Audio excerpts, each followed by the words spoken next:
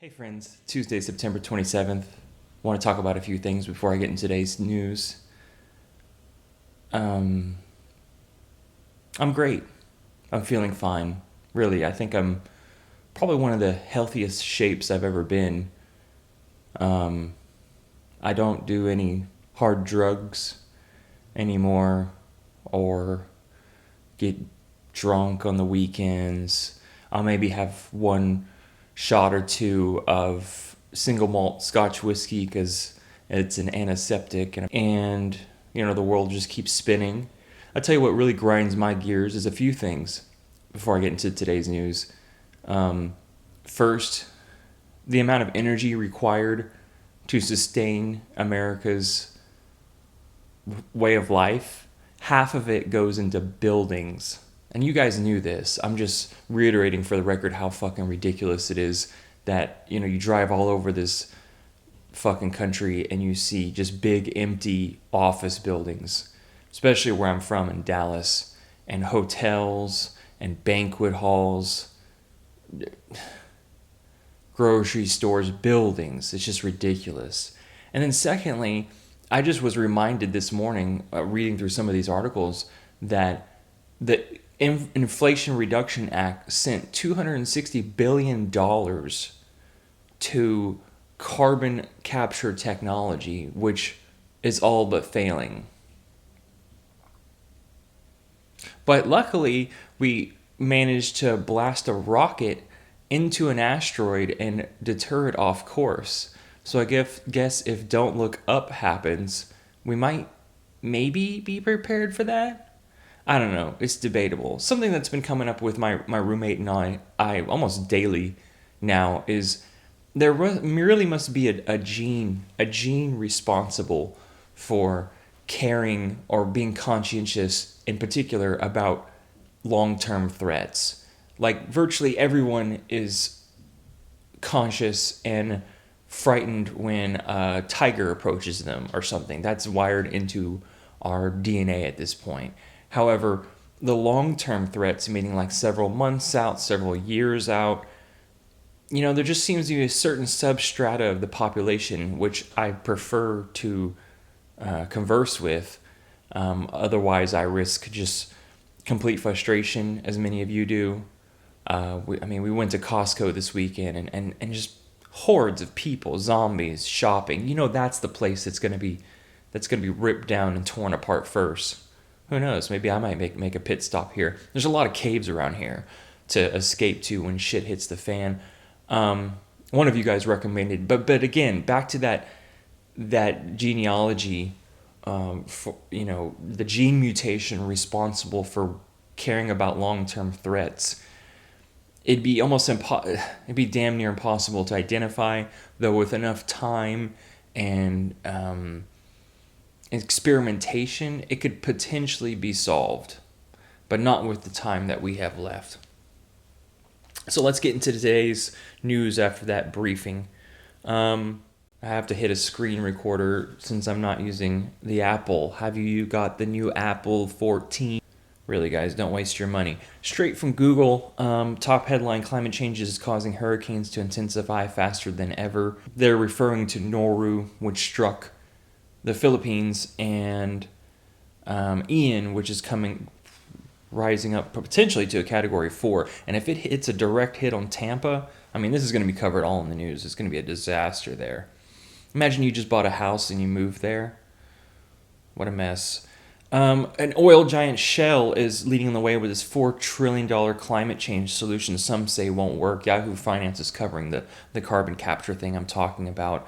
Yahoo, they also recommend here's some stocks to buy because the monetary system isn't involved with climate change. It's helping solve it.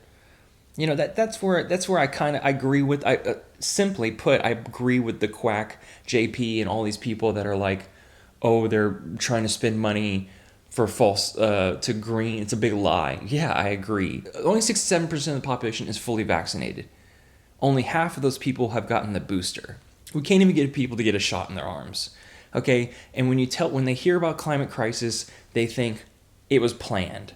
They have this weird scheming sort of ideology that everything is a con. Everything is out to get anything. Something is wrong. There's deception and conning. And Awaken with who's that other long-haired guy? He just did an interview. People, the hypocrisy. They thrive off that. It's super entertaining. But I just prefer to stick with the facts. Let's jump over to climate and economy.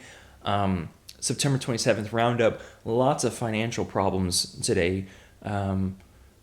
Fed hands out $140 billion in loans as interest rates rise up countries' borrowing costs. Oil prices drop as dollar soars. Global recession fears and collapsing confidence could turn the dash for cash into a stampede. Investors are risk from SCMP. Investors are running for cover as recession beckons, inflation and interest rates rise, and global economic confidence withers. Despite many turning to the U.S. dollar for a safe haven, the continued rise in interest rates suggests cash will soon be king. Well, I guess cash out, guys. But that being said, consumer debt hits record for most Americans, and this happens right when the cash value goes up. People just load up on debt. Or they're just struggling. Consumer debt, including credit cards, rose to an all-time high to 118 million. Among the bottom 90%, the bottom 90%, which is like you, me, and everybody we know. Let me take a tangent for a second. The animosity we feel with boomers is how they explicitly rigged it to their benefit. Luckily, my roommate, who is much older than I, understands that my generation came up, and below me, came up into a time where the world basically just said, fuck you, as soon as we got to of age. I mean, almost everyone I know is strapped with college debt, tens of thousands. Most of them have had children right now. Oh, I'm so sorry. I'm so sorry. You are in so much debt and trouble. And how foolish of you to think that child would actually live the next 10, 20 years. Thousands turn out for a Dublin march. Lights out, ovens off, and Europe preps for winter energy crisis. That's going to be a mess. And what's up with this Italy's Giorgia Meloni after far-right win? I mean, maybe this is what happens. Again, authoritarianism. When things destabilize, people tend to turn towards authoritarianism, whatever name it may come in. The bursting property bubble in China, that's going to be a problem. Home buyers occupy their rotting, unfinished apartments. Weaker demand for Chinese goods spells end of shipping boom. Argentina ceased tire manufacturing even though they make it there because of labor conflicts. Protests in Colombia against president's tax reform, fuel shortage in Cape Town, water shortages in South African long highway, grid failure causing blackouts in Nigeria.